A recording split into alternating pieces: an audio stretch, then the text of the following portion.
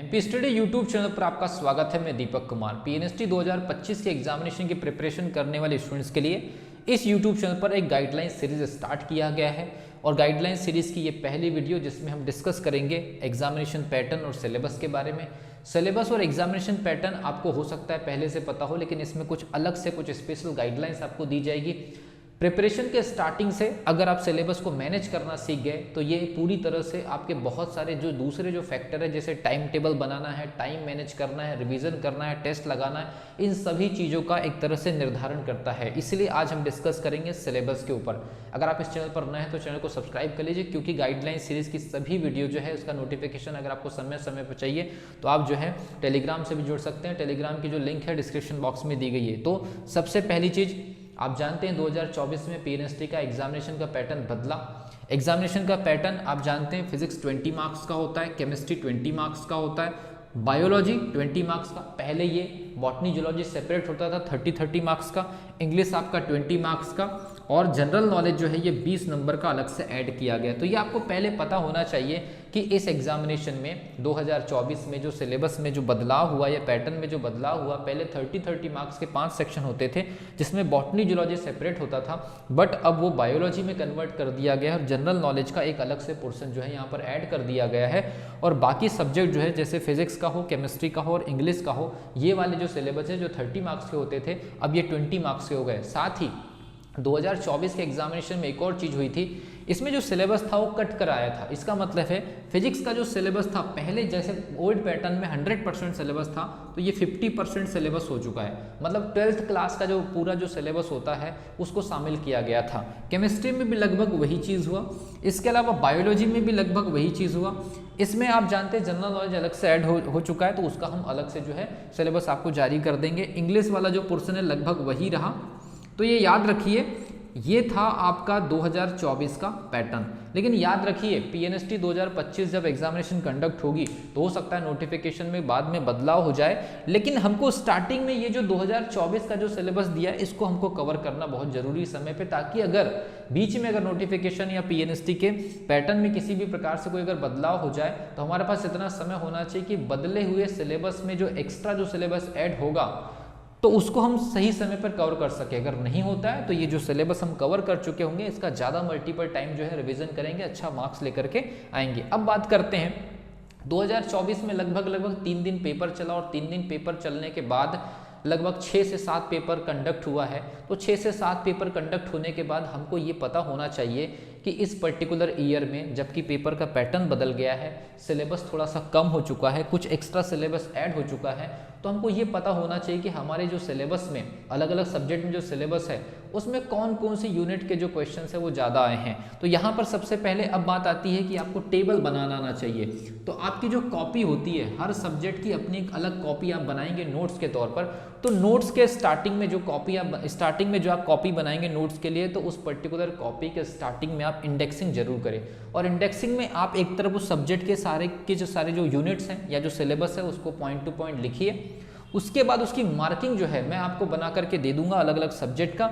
Marking से आपको analysis हो जाएगा कि इस पर्टिकुलर सब्जेक्ट के ये जो टॉपिक है 2024 में ज़्यादातर पूछे गए हैं, तो ज़्यादातर पूछे गए हैं तो उनको ज़्यादा अच्छे से तैयार करना है। और जो टॉपिक पूछे नहीं गए हैं तो उनको अनएक्सपेक्टेशन से बचने के लिए, किसी भी प्रकार से एग्जामिनेशन में उलटफेर से बचने के लिए अलग से कैसे कवर कर सकते हैं, तो इस आधार पर ही हम अपना टाइम टेबल जो है बनाएंगे अपनी स्टडी को लेकर के। तो हर सब्जेक्ट की आपकी एक कॉपी होगी।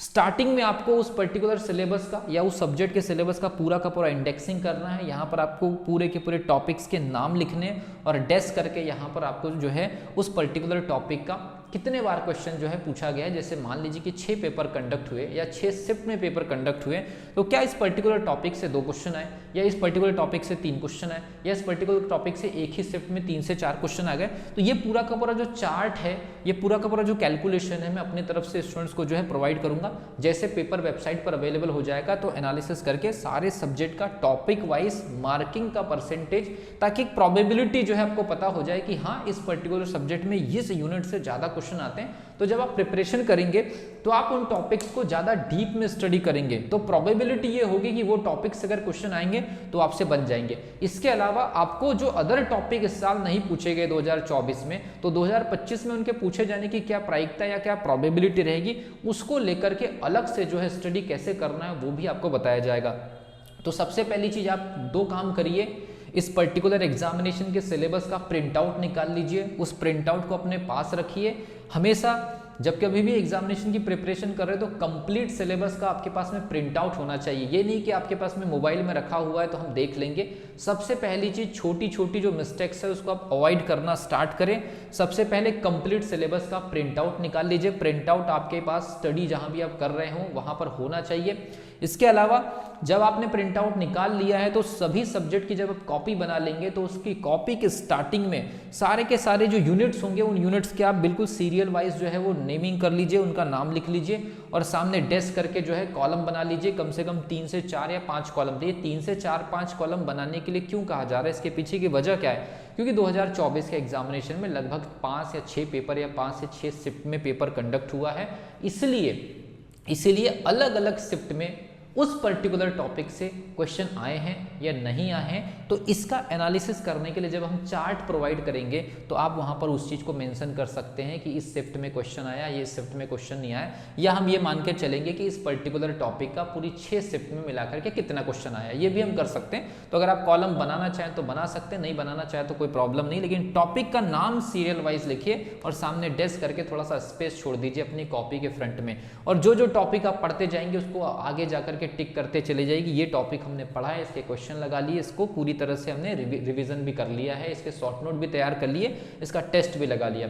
तो ऐसे एक एक टॉपिक को अगर आप कवर करेंगे तो और उसको टिक करते जाएंगे, एक एक टॉपिक को आप कवर करने के बाद एक एक क्रॉस चेक करते जब आप धीरे धीरे आगे बढ़ेंगे तो एक पर्टिकुलर टाइमिंग पर आपको पढ़ाई करने में या स्टडी करने में या प्रीवियस ईयर क्वेश्चन लगाने में या टेस्ट लगाने में अच्छे स्कोर लाने से कोई आपको रोक नहीं सकता है। तो सबसे पहला काम, वीडियो 1 गाइडलाइन सीरीज की वीडियो 1 आ चुकी है, पूरी तरह से पीएनएसटी 2025 के स्टूडेंट के लिए एक प्रकार से एक मोटिवेटिव और इंफॉर्मेटिव जो है एक प्रकार का गाइडलाइन सीरीज है। इस गाइडलाइन सीरीज को एक प्रकार का आप एक तरह से कोर्स समझिए। इस कोर्स के सभी वीडियोस को आप सीरियल वाइज आप देखते चले जाइए और अप्लाई करते चाहिए। कोई मैटर नहीं कि आप कोचिंग कर रहे हैं नहीं कर रहे हैं, सेल्फ स्टडी कर रहे हैं, 2 साल से तैयारी कर रहे हैं, 3 साल से तैयारी कर रहे हैं, ये मान करके चल रहे हैं कि आप 0 लेवल से अगर स्टडी स्टार्ट कर रहे हैं तो सबसे पहली वीडियो में आपको जो सिलेबस के बारे में जैसा पैटर्न मैंने आपको बताया है, ये 1 डे का काम है। एक दिन के अंदर आप इस पूरे के पूरे कंप्लीट वीडियो का आप जो है अप्लाई कर सकते हैं। और पीएनएसटी की प्रिपरेशन को आसान बनाने का सबसे पहला तरीका सिलेबस का प्रिंट आउट और सिलेबस को अपनी कॉपी के अंदर एक तरह से नोटिस कर लीजिए, और उसके बाद फिर आपको पढ़ाई करने का एक अलग मज़ा होगा। अगली वीडियो में हम बात करेंगे कुछ दूसरे मुद्दे पर, जैसे कि स्टडी मटेरियल है, जैसे कि आपके बुक्स के बारे में बात करेंगे, क्योंकि सिलेबस हमने प्रिंट आउट के तौर पर निकाल लिया, हमने अपनी कॉपीज़ के अंदर सिलेबस को मेंशन कर लिया, आगे हम चार्ट बना करके उनके परसेंटेज और प्रोबेबिलिटी क्वेश्चन पूछे जाने की उसको हम बता देंगे। तो अगला सिचुएशन है कि सिलेबस हो गया, सिलेबस आने के बाद फिर इंडेक्सिंग भी हो गई, अब पढ़ाई कैसे करें। तो पढ़ाई करने के पहले हमको कुछ दूसरी चीज़ों की ज़रूरत पड़ेगी, बुक्स की ज़रूरत पड़ेगी, टाइम टेबल हमको कैसे मैनेज करना है। ये पूरा कोर्स होने वाला है, पूरा का पूरा कंप्लीट कोर्स आप लोगों के सामने है। आप पढ़ाई करते जाइए, जहां आपको प्रॉब्लम्स होगी, जिस पर्टिकुलर प्रॉब्लम से रिलेटेड वीडियो रहेगी उस वीडियो को आप देखिए, अप्लाई करिए। लगभग 20 से 25 वीडियो होगी, पूरे साल भर आपको ये काम आने वाली है।